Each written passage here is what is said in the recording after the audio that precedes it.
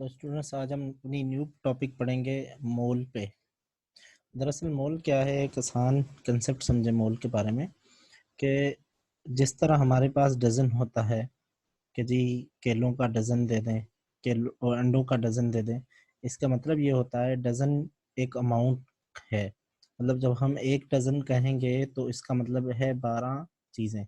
मतलब केलों का एक डज़न कहेंगे तो 12 केले। अगर हम अंडों का एक डज़न कहेंगे तो 12 अंडे। अगर हम आधा डज़न कहेंगे केलों का तो इसका मतलब होगा 6 अंडे, ठीक, और 6 केले। तो अगर अंडों का आधा डज़न कहेंगे तो उसका मतलब 6 अंडे। अगर 2 डज़न कहेंगे अंडों का तो 12 और 12 24 अंडे हो जाएंगे। सेम तरह से मोल भी डिफरेंट चीज मोल भी इसी तरह अमाउंट को तय करती है। ये एक अमाउंट है। क्या अमाउंट है कि इसके अंदर एक मोल के अंदर 6.02 इंटू 10⁻23 पार्टिकल्स आते हैं। ये जो पार्टिकल्स हैं ये बहुत ज्यादा अमाउंट है। ये जो पार्टिकल्स हैं इन पार्टिकल्स को एवोगेड्रोस नंबर कहा जाता है। यानी मोल जो है वो मास है, mass in grams of atoms. Atom हो, मालिक्यूल हो या आइंस हो, किसी भी किस्म का कोई भी सबस्टेंस हो, यानी वो एटम हो चाहे मालिक्यूल हो या आइन हो, किसी भी किस्म का वो सबस्टेंस हो, तो उनका जो मास है ग्राम्स में, ठीक है, उसको हम क्या कहते हैं, जिसके पास एवोगेड्रोस नंबर हो, यानी कोई ऐसा मास हो जिसके नंबर ऑफ पार्टिकल्स जो हैं वो एवोगेड्रोस नंबर के बराबर हों, यानी 6.02 इंटू 10⁻23 के बराबर हों, तो उसको हम क्या कहेंगे, मोल कहेंगे। जैसे हमने पहले बात की कि अंडे हैं तो अंडों का मास कितना भी हो, तो अगरचे उनका अमाउंट 12 है तो हम कहेंगे उस एक डजन हो गया। अब किसी भी चीज का मास कितना भी हो, अगर उनके पास पार्टिकल 6.02 इंटू 10⁻23 होंगे तो हम कहेंगे कि जी इतने पार्टिकल्स एक मोल में आते हैं। तो हम कहेंगे कि जी ये इसका एक मोल हो गया, मास चाहे उसका कोई भी हो। जैसे हमने बात की कि एक मोल एक डजन होगा, तो एक डजन का मतलब यह है कि 12 अंडे या 12 केले। अगर हाफ डजन होगा तो हाफ डजन का मतलब यह है 12 और 6 अंडे और या 6 केले। सेम तरह से यहाँ पे भी यही बात होगी कि एक मोल का मकसद जो है उसका मतलब यह है 6.02 इंटू 10⁻23 पार्टिकल्स। और अगर हम हाफ मोल की बात करेंगे तो ये हाफ हो जाएगा, यानी 3.01 इंटू 10⁻23 पार्टिकल्स हो जाएगा। और अगर हम कहेंगे कि जी 2 मोल्स हैं तो उसका मतलब ये होगा कि 12.04 इंटू 10⁻23 पार्टिकल्स होंगे। तो समझ लें एक बात कि मोल जस्ट एक नंबर को जाहिर करता है कि इतने नंबर ऑफ पार्टिकल्स हों। जिसमें भी इतने नंबर ऑफ पार्टिकल्स हों उसका मास चाहे कुछ भी हो, तो उसको हम एक मोल कहेंगे। बिल्कुल, ये देखें हमने लिखा है कि mole is like dozen as dozen is not related with the mass. Mass से रिलेटेड नहीं होता। देखें केलों का एक डजन डिफरेंट मास का होता है, अंडों का एक डजन डिफरेंट मास का होता है, लेकिन उनमें अमाउंट कितना होता है, 12। But it is related with the 12 number. Suppose 1 dozen of banana and 1 dozen of eggs have different masses. अंडों का एक डजन ले लें और बनाना का एक डजन ले लें, उनको आप तोलें तो उनके मास जो होंगे वो डिफरेंट होंगे, लेकिन बनाना और एक्स 12 होंगे। तो ये 12 जो नंबर है, ये 12 नंबर इंडिकेट करता है एक डजन को। सेम तरह से similarly 1 mole is not related with the mass. Mass के साथ उसका ताल्लुक नहीं है, बल्कि it is related with the Avogadro's number. वो एवोगेड्रोस नंबर के साथ ताल्लुक रखता है। मास चाहे उसमें कितना भी हो मास, अगर उसमें पार्टिकल्स इतने हैं तो उसको हम 1 मोल कहेंगे। जैसे मास चाहे कितना भी हो बनाना का या एक्स का, लेकिन अगर वो 12 हैं तो हम उनको एक डजन कहेंगे। अगर वो 6 हैं तो उनको हम आधा डजन कहेंगे। अगर 3 हैं तो उनको हम मना चौथाई हिस्सा डजन का कहेंगे। ठीक है, सेम तरह से भी मोल होता है। अब यहाँ पे एग्जांपल समझें। सपोज एग्जांपल नंबर 1 पे आए। 1 मोल ऑफ हाइड्रोजन एटम। हाइड्रोजन का एक एटम उठा लें, उस हाइड्रोजन के 8 एटम के जो मोल्स है ना, वो उन वो जो होते हैं उसके अंदर पार्टिकल्स जो होते हैं 6.02 इंटू 10⁻23 पार्टिकल्स होते हैं। अब हाइड्रोजन के एटम का जो मास होता है वो 1 ग्राम। हमने मास पढ़ा है कि हाइड्रोजन का मास है 1 ग्राम। यहाँ पे हाइड्रोजन के एटम की बात है तो एटम का मास 1 ग्राम है। तो मास कितना भी हो, लेकिन 1 मोल तब कहेंगे जब उसके अंदर पार्टिकल्स कितने होंगे 6.02 इंटू 10⁻23 पार्टिकल्स, यानी एटम्स, क्योंकि यहाँ पे एटम की बात है तो यहाँ एटम कहेंगे। एग्जाम्पल नंबर 2 में आ जाए a mole of hydrogen molecule. यहाँ पे हमने बात की a mole of hydrogen atom, यहाँ पे हम बात कर रहे हैं a mole of hydrogen molecule. Hydrogen molecule और एटम में हमें फर्क पता है कि हाइड्रोजन का एटम अकेला होता है, जबकि हाइड्रोजन का मॉलिक्यूल जो है वो दो हाइड्रोजन के एटम जब एक दूसरे के साथ बॉन्ड बना के बैठे होते हैं तो उसको हम हाइड्रोजन मॉलिक्यूल कहते हैं। तो इस हाइड्रोजन मॉलिक्यूल का मास 2 है, लेकिन उसका भी एक मोल जो है वो 6.02 इंटू 10⁻23 मॉलिक्यूल। तो यहाँ पे नोट करें कि हाइड्रोजन के मॉलिक्यूल का मास 2 है, जबकि हाइड्रोजन के एटम का मास 1 है, लेकिन उसके अंदर पार्टिकल्स इतने आए तो उसे हमने 1 मोल कह दिया। यहाँ पे भी मास डिफरेंट है लेकिन पार्टिकल्स इतने आए तो 1 मोल ही कहेंगे। मतलब मास कोई कितना भी हो, ज्यादा हो या कम हो या बराबर हो, उससे हमें ताल्लुक नहीं है मोल में। हमें ताल्लुक ये है कि 6.02 इंटू 10⁻23 मॉलिक्यूल्स या एटम्स या आयंस या कोई भी पार्टिकल्स होने चाहिए। एग्जाम्पल नंबर 3 में आ जाए a mole of water, H2O water का फार्मूला है। अ मोल ऑफ वाटर पे आ जाए 18 ग्राम्स। कैसे? हाइड्रोजन H2 इसका मास हो गया 2 और ये ऑक्सीजन का मास हो गया 16 प्लस 2 18 ग्राम। वाटर का मॉलिक्यूल जो है उसका मास जो है वो 18 ग्राम्स है, लेकिन वाटर के इस मॉलिक्यूल के 18 ग्राम्स के अंदर 6.02 इंटू 10⁻23 मॉलिक्यूल्स आते हैं। ठीक है, तो 1 मोल of water contain 6.02 into 10⁻23 molecules. Example number 4 में आ जाए, यहाँ पे सेम बात देखें, हाफ मोल ऑफ वाटर। तो हाफ मोल का मतलब ये है कि वाटर जो नॉर्मल है उसका हाफ हो। तो वैसे इसका मास जो होता है वो क्या होता है 18 ग्राम। तो जब उसको हम हाफ करेंगे तो उसका मास हो जाएगा 9 ग्राम्स। तो उसके 9 ग्राम्स हाफ होने की वजह से, क्योंकि देखें मसलन हमने 12 अंडे तोले हैं, उनका मखसूस एक मास बनता है। अब उनमें से अगर हम 6 अंडे निकाल दें तो वो हाफ डजन हो जाएगा, मतलब उसका नंबर भी डिक्रीज होगा और उसका मास भी डिक्रीज हो जाएगा अंडों का। फिर जब हम 6 अंडों को तोलेंगे तो उनका मास डेफिनेटली डिक्रीज होगा।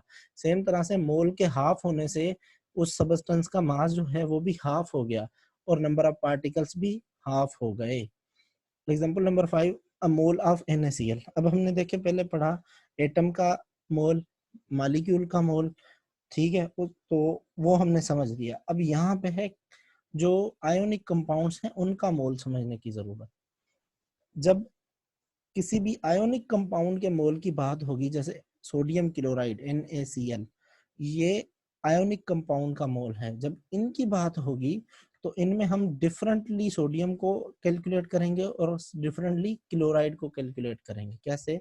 हम कहेंगे कि जी सोडियम क्लोराइड में 1 मोल ऑफ सोडियम आयन है और 1 मोल ऑफ क्लोराइड आयन है। मतलब इसका ये हुआ कि 6.02 इंटू 10⁻23 सोडियम के आयंस मौजूद हैं और 6.02 इंटू 10⁻23 क्लोराइड के आयंस मौजूद है। यहाँ पे देखें क्योंकि H2O मॉलिक्यूल है इसलिए हमने मॉलिक्यूल लिखा। यहाँ पे H2O मॉलिक्यूल है, हमने मॉलिक्यूल लिखा। यहाँ पे H2 मॉलिक्यूल है, मॉलिक्यूल लिखा। यहाँ पे हाइड्रोजन एटम है तो एटम लिखा। यहाँ पे सोडियम क्लोराइड के आयंस मिलेंगे हमें आयोनिक कंपाउंड में, तो इसलिए हमने यहाँ पे लिखा क्या?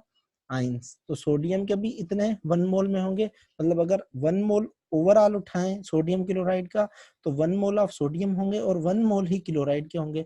और 1 मोल ऑफ सोडियम में इतने पार्टिकल्स आएंगे और 1 मोल ऑफ क्लोराइड में भी इतने पार्टिकल्स आएंगे। फॉर सपोज अगर हम कहते हैं कि जी half mole of sodium chloride, तो उसका मतलब होगा half mole of sodium and half mole of chloride. तो उसका मतलब ये होगा कि पार्टिकल्स हाफ रिड्यूस हो जाएंगे, यानी 3.01 इंटू 10⁻23 सोडियम आयंस हो जाएंगे और 3.01 इंटू 10⁻23 क्लोराइड आयंस हो जाएंगे। तो इस तरह से ये हमें समझ में आएंगे। अब ये हमने कुछ फार्मूलाज रखे हैं, जैसे हमने पिछली टॉपिक्स पढ़ी मास नंबर वगैरह और उसके बाद हमने अब मोल पढ़ा, तो इनको मिलाकर और एवोगैड्रोस नंबर पढ़ा।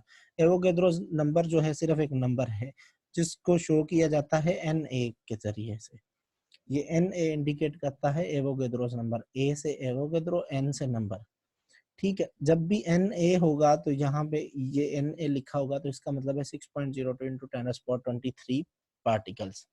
ठीक है, तो ये 5 फार्मूलाज हैं जिन जो हमें बहुत काम आते हैं प्रॉब्लम सॉल्व करने में, क्योंकि इन पे बहुत ज़्यादा प्रॉब्लम्स आते हैं, तो ये समझने ज़रूरी है। अब ये पहला फार्मूला है नंबर ऑफ मोल्स फ्रॉम मास। मतलब अगर हमें किसी प्रॉब्लम में, किसी इक्वेशन में मास मिला हो और उस मास में से हमने मोल्स फाइंड करने हो कि कितने मोल्स हैं, तो हम वहाँ पे कहेंगे गिवन मास अपॉन मोलर मास। गिवन मास वो मास जो हमें प्रॉब्लम में मिला हो। मसलन हमें जी मिले कि जी ऑक्सीजन का जो मास है वो आपके पास क्या है, 32 है, तो उसके मोल्स फाइंड करें। तो जो हमें मास वो ऑक्सीजन का देंगे ना, वो ऑक्सीजन का मास गिवन मास है। और मोलर मास कौन सा है? मोलर मास जो बजाते खुद मालिक्यूल का मास होता है। कैसे कि ऑक्सीजन के मालिक्यूल में 2 ऑक्सीजन के एटम्स होते हैं, तो उसका मास 16 और 16 32 हो जाएगा। तो मोलर मास जो ऑक्सीजन का है वो 32 होगा, और प्लस में यहाँ पे हमें गिवन मास भी मिला 32। तो 32 को 32 से डिवाइड करेंगे तो दोनों 1 1 में कन्वर्ट हो जाएंगे, तो हम कहेंगे कि जी हमें ऑक्सीजन का 1 मोल मिला है। ठीक है, आगे प्रॉब्लम्स आएंगे, हम उनको सॉल्व करेंगे। Number of mole from particles, particles से नंबर ऑफ मोल्स फाइंड करना। मतलब पार्टिकल्स मिले हों, जैसे यहाँ पे मास मिला हो, जैसे गिवन मास है, तो मास मिला हो और उनसे मोल्स फाइंड करने हो।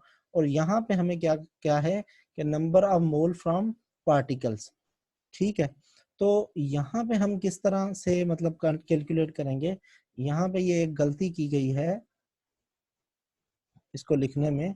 यहाँ पे ये जो गिवन मास लिखा हुआ है, यहाँ पे गिवन मास नहीं आएगा, बल्कि यहाँ पे गिवन पार्टिकल्स आएगा। क्या आएगा? Given particles. तो देखें number of mole from particles, तो यहाँ पे गिवन पार्टिकल्स आएगा अपॉन एवोगैड्रोस नंबर। तो जो हमें प्रॉब्लम में पार्टिकल्स मिले हुए होंगे, सपोज हमें पार्टिकल्स मिले 3.01 इंटू 10⁻23, तो उनको हम एवोगैड्रोस नंबर के साथ डिवाइड करेंगे तो हमें नंबर ऑफ मोल पता चल जाएगा। मतलब अगर हाफ आया तो कहेंगे हाफ नंबर ऑफ मोल्स, अगर 1 आया तो 1 नंबर ऑफ मोल्स, अगर 4 आया तो 4 नंबर ऑफ मोल्स। उसके बाद number of particles from moles. ठीक है, नंबर ऑफ पार्टिकल्स फाइंड करें मोल से। अब मोल्स गिवन होंगे और नंबर ऑफ पार्टिकल्स फाइंड करने हैं, तो इसमें आसान तरीका ये है कि given moles into Avogadro's number, ये आसान तरीका है फाइंड करने का। ठीक है, given moles into Avogadro's number. अब ये गिवन मोल्स कैसे होगा कि कोई मोल्स मिले और सपोज हमें हाइड्रोजन के मोल्स कहते हैं कि जी 2 मोल्स हैं आपके पास, तो उन 2 को 6.02 इंटू 10⁻23 से मल्टीप्लाई करेंगे, हमें रिजल्ट मिल जाएगा। उसके बाद नंबर ऑफ पार्टिकल्स फ्रॉम मास। ठीक है, तो मास गिवन हो और उससे नंबर ऑफ पार्टिकल्स फाइंड करने हो, तो उसका आसान तरीका यह है गिवन मास अपॉन मोलर मास। गिवन मास को डिवाइड कर दें मोलर मास से, ये डिवीजन में है, और उसको ज़रब कर दें एवोगैड्रोस नंबर से। ठीक है, तो ये हमें नंबर ऑफ पार्टिकल्स फाइंड हो जाएंगे मास से। मतलब मास गिवन हो और पार्टिकल्स फाइंड करने हो तो ये फार्मूला, अगर मोल्स गिवन हो और पार्टिकल्स फाइंड करने हो तो ये फार्मूला। ठीक है, मास फ्रॉम पार्टिकल्स, यानी पार्टिकल्स गिवन हो और मास फाइंड करना हो तो गिवन पार्टिकल्स, जो पार्टिकल्स मिले हुए हैं, into molar mass and divided by Na। या आसान तरीका समझें कि given particles divided by Na into molar mass. अब ये आप आसानी से समझें एक बात कि ये जो फार्मूला है, ये वाला और ये वाला फार्मूला, ये इसको बेसिक फार्मूला समझें, माना इनको जहन में रख लेना आपने। अब देखें नंबर ऑफ मोल्स अगर हमारे पास हैं और मतलब फाइंड करने हमें, और मास हमें मिला हुआ है, तो फार्मूला ये है गिवन मास अपॉन मोलर मास। मतलब नंबर ऑफ मोल्स के लिए ये 2 फार्मूला जहन में रख लें, एक number of moles from mass और दूसरा number of moles from particles. Number of mole from mass में आएगा given mass upon molar mass, और number of mole from particles में आएगा given particles upon Avogadro's number. ठीक है, तो ये आसान तरीका, ये आपको 2 जहन में रखने। अब जब ये जहन में आ गए तो उसके बाद हमें ये तीनों फार्मूला समझने आसान हो जाएंगे। कैसे? Number of particles from moles, moles moles मिले हों और नंबर ऑफ पार्टिकल्स फाइंड करने हों, तो उसके लिए बहुत ही आसान तरीका है। वो कैसे है कि ये जहाँ पे गिवन मोल्स लिखा हुआ है ना, तो ये given moles into Avogadro's number, कि आसानी सी बात है कि 1 मोल जो है वो इक्वल होता है 6.02 इंटू 10⁻23 के। अब हमें नंबर ऑफ पार्टिकल्स फाइंड करने हैं, तो हम मोल को बस एवोगेड्रो नंबर से मल्टीप्लाई कर देंगे। अब जब मोल को एवोगेड्रो नंबर से मल्टीप्लाई करेंगे तो हमें पार्टिकल्स मिल जाएंगे। जैसे हमने देखे पढ़ा कि जी मोल अगर हाफ हुआ तो पार्टिकल्स हाफ होंगे, मोल अगर डबल हुआ तो पार्टिकल्स डबल हो जाएंगे। ठीक है, तो अब पार्टिकल्स का डबल होना और कम होना किस पे डिपेंडेंट है? गिवन मोल्स पे, कि मोल्स को कितने हैं, हाफ है, 1 है या 1 से ज्यादा है। अब जितने भी होंगे उनको 6.02 इंटू 10⁻23 से मल्टीप्लाई कर देना, हमें रिजल्ट मिल जाएगा। अब उसके बाद जब हमें ये मिल गया ना, तो ये ढूंढना आसान है। कैसे? कि नंबर ऑफ पार्टिकल्स फ्रॉम मास, याद रखें मोल, ये यहाँ पे गिवन मोल्स, तो मोल्स का फार्मूला हमने पढ़ा था कि गिवन मास अपॉन मोलर मास। तो इधर से हम मोल की जगह पे लिख देंगे given mass upon molar mass, ये given mass upon molar mass, और मल्टीप्लाई उसको कर देंगे सेम एवोगेड्रोस नंबर से। अब जब उनसे मल्टीप्लाई करेंगे तो आसान बात हो जाएगी। उसके बाद मास फ्रॉम पार्टिकल्स, तो मास मिला हो, पार्टिकल्स फाइंड करने हो, तो उसके लिए भी आसान तरीका है। उसके लिए आसान तरीका ये कि आप ये जो फार्मूला है ना, ये वाला फार्मूला, इसमें क्या करें, गिवन मास को इधर ही रहने दें, यानी मास फाइंड करना है। ये जो डिवीजन में मोलर मास है इसको इस तरफ ले जाएं, तो ये यहाँ डिवाइड में है, ये यहाँ आके मल्टीप्लाई करेगा मोलर, और ये जो एवोगेड्रोस नंबर है ये यहाँ मल्टीप्लाई कर रहा है, और ये इधर जाएगा तो इधर जाके डिवाइड करेगा। अब जब इधर जाके ये डिवाइड करेगा तो ये नीचे आ जाएगा। तो पहले हम फाइंड कर रहे थे नंबर ऑफ पार्टिकल्स फ्रॉम मास, फिर हमें मिलेगा मास फ्रॉम पार्टिकल्स। तो जब मास फ्रॉम पार्टिकल्स होगा तो नंबर ऑफ पार्टिकल्स गिवन होंगे, और उसके बाद उसके साथ मल्टीप्लाई होगा मोलर मास, यहाँ पे देखें, और डिवाइड में, डिवीजन में एवोगेड्रोस नंबर होगा। ओके स्टूडेंट, अब प्रॉब्लम नंबर 1 समझें कि प्रॉब्लम नंबर 1 में है the mass of carbon atom in a chemical reaction is 48 grams, calculate its number of moles. यहाँ पे थोड़ा ध्यान दें, एक कार्बन का एटम है, अब एटम है, ये आपने बात जहन में रखनी है, और उसके जो गिवन मास है वो कौन सा है? 48 ग्राम्स। ग्राम जो है ना, ये यूनिट है मास का, हमेशा जहन में रखनी है बात, जहाँ पे ग्राम आया यानी मास है। ठीक है, और फाइंड क्या करना है? Number of moles. अब हम अगर पीछे जाएं तो हमें पता चलेगा कि जी मोल्स फाइंड करने हैं, मास गिवन है, तो हम कौन सा फार्मूला अप्लाई करेंगे? तो जब हम पीछे जाएंगे तो इनमें जाके देखेंगे कि जी नंबर ऑफ मोल्स फ्रॉम मास का फार्मूला, माना मास से मोल्स फाइंड करने का फार्मूला कौन सा है? ये वाला, फर्स्ट वाला। अब जब हमें फर्स्ट वाले का पता चलेगा तो हम इजीली उसे ढूंढ लेंगे और उस पे सॉल्व करेंगे। अब हमने जी रख दिया कि number of moles from mass is equal to given mass upon molar mass. अब हमें जो गिवन मास मिला हुआ है वो है 48 ग्राम्स, हमने इधर 48 ग्राम्स रख दिए, और ये जो मोलर मास मिला हुआ है ये हमने यहाँ पे रख दिया। अब कार्बन एटम है, मैंने आपको कहा था कि जहन में रखना है कि ये कार्बन एटम है। अब इस कार्बन एटम का मतलब ये है कि अकेला कार्बन का एटम है जिसका मास 12 है। तो 48 को हम डिवाइड करेंगे 12 से तो रिजल्ट आएगा 4, 12 1 द 12, 4 12 द 48, तो 4 आ जाएगा, और नतीजे में हमें मिलेगा कि नंबर ऑफ मोल्स जो है कार्बन के वो 4 मोल्स हैं।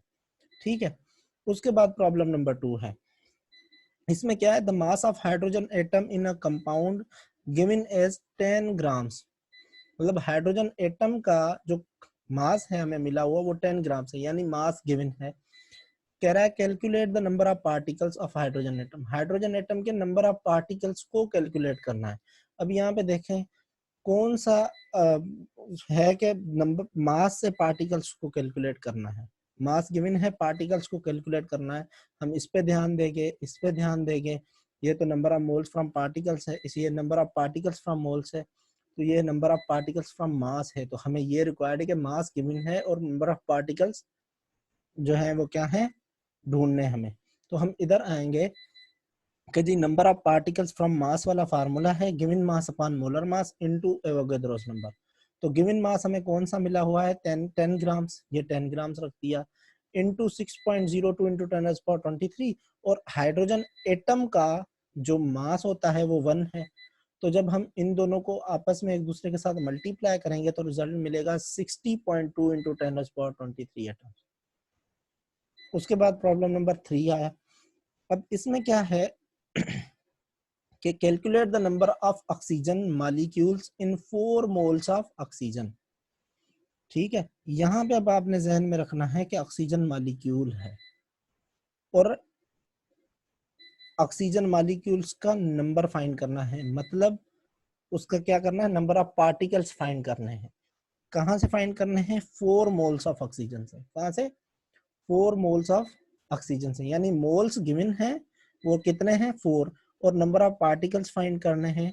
तो हम देखेंगे कि जी नंबर ऑफ पार्टिकल्स फाइंड करने का कौन सा फार्मूला है जिसमें मोल्स गिवन, ओ ये है नंबर 3 फार्मूला। तो हम जाएंगे कि जी हमने ये लिख दिया, हमें पता चल गया कि ये है वो formula, number of particles from moles is equal to given moles into Avogadro's number. तो हमने गिवन मोल्स लिखे 4 और एवोगैड्रोस नंबर रखा और हमारे सामने रिजल्ट आ गया 24.08 इंटू 10⁻23 मॉलिक्यूल्स। अब यहाँ पे मॉलिक्यूल्स इसलिए लिखा क्योंकि ऑक्सीजन का मॉलिक्यूल की बात कर रहा है, और यहाँ पे हमने एटम्स इसलिए लिखा क्योंकि हाइड्रोजन के एटम की बात कर रहा है। तो यहाँ पे पार्टिकल्स जो होंगे वो एटम्स होंगे और जहाँ यहाँ पे पार्टिकल्स जो होंगे वो मॉलिक्यूल्स होंगे। उसके बाद ये हमारा लास्ट प्रॉब्लम है, प्रॉब्लम नंबर 4।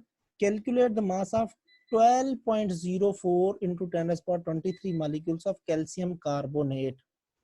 कैल्शियम कार्बोनेट है, ठीक है, ये कंपाउंड है।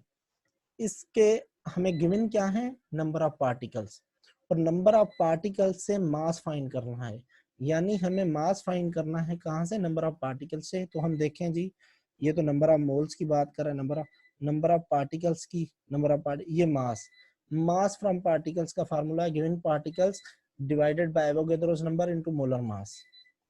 ठीक है, तो ये हमने फार्मूला इधर रख दिया। अब इस फार्मूला पे जब हम अप्लाई करेंगे, वो गिवन पार्टिकल्स कितने हैं? ये 12.04 इंटू 10⁻23, तो ये हमने ऊपर रख दिए। उसको मल्टीप्लाई किया गया है कैल्शियम कार्बोनेट से। अब देखें कैल्शियम का हमने आपको पहले बताया था कि आपके लिए लाजिम है कि आप ये जो 20 तक जो भी एलिमेंट्स हैं उनके एटॉमिक नंबर्स और एटॉमिक मासेस याद होने चाहिए।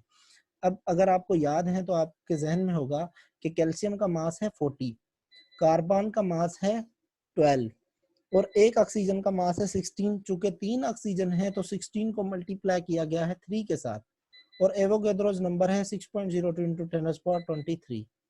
अब हमने ये रख दिया कि जी 12.04 इंटू 10⁻23 और 16 को जब 3 से मल्टीप्लाई किया गया तो वो 48 हो गया।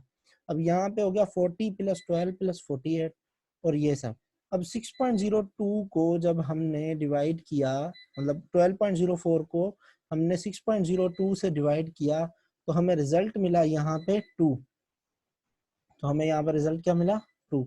ये यहाँ पे 2 बचा, तो ये 2 हमने इधर रख दिया और इनको जब हमने ऐड किया 48 और यहाँ पे 40 और 12, आसानी से समझे 52 हो जाएगा। 52 और 48 100। तो 100 को जब हम 2 से मल्टीप्लाई करेंगे तो 200 ग्राम्स होगा। तो हमें मास चाहिए था इसलिए ग्राम लास्ट में यूनिट रख दिया। तो ये हमारा सेक्शन कंप्लीट हो गया। Thank you students. अब नेक्स्ट टॉपिक में इंशाल्लाह मुलाकात होगी।